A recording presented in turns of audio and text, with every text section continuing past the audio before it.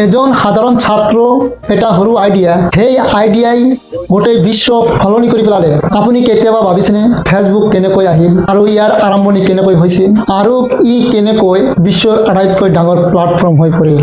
আজিৰ ভিডিঅ'ৰ পৰা আমি জানিম জুংকাৰ বাঙৰ এই সফলতাৰ আঁৰৰ কাহিনী। 2004 চনত হাৰ্ভাৰ্ড ইউনিভাৰ্চিটিৰ ছাত্ৰ জুংকাৰ বাং তেওঁ এটা সৰু প্ৰজেক্ট আৰম্ভ কৰিছিল। প্ৰথমে সেই প্ৰজেক্টৰ নাম দিছিল ফেচমাছ নামে তেওঁ একটা ৱেবছাইট বনাইছিল, য'ত তেওঁ মানুহৰ ফটোৰ লগত তুলনা কৰিছিল। এইটো বৰ বেছি দিন নাথাকিল, কিন্তু ইয়াৰ পৰা তেওঁ এটা আইডিয়া পালে। তাৰপিছত তেওঁ বনালে দা ফেচবুক। এইটো এটা ছ'চিয়েল মিডিয়া নেটৱৰ্কিং ছাইট আছিল, য'ত ছাত্ৰ ছাত্ৰীসকলে নিজৰ প্ৰফাইল বনাই একে অন্যৰ লগত সংযোগ কৰিব পাৰিছিল। প্ৰথমে দা ফেচবুকটো হাৰ্ভাৰ্ড ইউনিভাৰ্চিটিৰ ছাত্ৰ ছাত্ৰীসকলে ব্যৱহাৰ কৰিব পাৰিছিল, কিন্তু মানুহে ইয়াক বহুত ভাল পাইছিল। ফেচবুক আৰম্ভ হৈছিল ইউনাইটেড ষ্টেট কেম্ব্ৰিজ নামৰ এটা ঠাই আছিল, য'ত হাৰ্ভাৰ্ড ইউনিভাৰ্চিটি উপস্থিত। সেই সময়ত কোনোবাই ভাবিব পৰা নাছিল এইটো এটা এদিন ডাঙৰ প্লেটফৰ্ম হৈ পৰিব। কেইদিনমানৰ ভিতৰত সেই ফেচবুকটো হাৰ্ভাৰ্ড ইউনিভাৰ্চিটিৰ পৰা অন্য এটা কলেজলৈ বিয়পি পৰিল। তাৰ পাছত লাহে লাহে গোটেই আমেৰিকা ইউনাইটেড ষ্টেটত বিয়পি পৰিল। তাৰপিছত লাহে লাহে গোটেই বিশ্বত বিয়পি পৰিছে।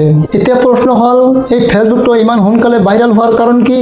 ইয়াৰ কাৰণ হ'ল ইয়াৰ ব্যৱহাৰ অতি সহজ। এজনে আনজনৰ লগত অতি সহজে সংযোগ হ'ব পাৰিছিল। দ্বিতীয়তে বন্ধু আৰু পৰিয়ালবৰ্গৰ লগত সকলোৱে দূৰত থাকিলেও একেলগে সংযোগ হ'ব পাৰিছিল। তৃতীয়তে হৈছে ফটো ভিডিঅ' শ্বেয়াৰ কৰা, কমেণ্ট কৰা, আৰু ই সম্পূৰ্ণ বিনামূলীয়া আছিল। আৰু যেতিয়া স্মাৰ্টফোন আহিল, ফেচবুক সকলো মানুহৰ হাতত গৈ পৰিল। এনেবোৰ কাৰণতে ফেচবুক আজিকালি বিশ্বৰ অন্যতম এটা ডাঙৰ প্লেটফৰ্ম। এই কাহিনীৰ পৰা আমি জানিব পাৰোঁ বা শিক্ষা ল'ব পাৰোঁ, সৰু আইডিয়াৰ পৰা ডাঙৰ সফলতা আহিব পাৰে।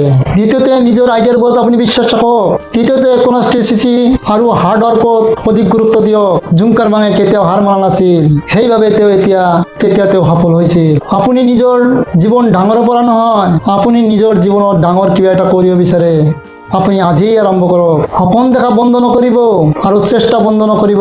ভিডিঅ'টো ভাল লাগিলে লাইক কৰিব, লগতে ছাবস্ক্ৰাইব কৰিব আৰু কমেণ্টত আপোনাৰ মতামত জনাব।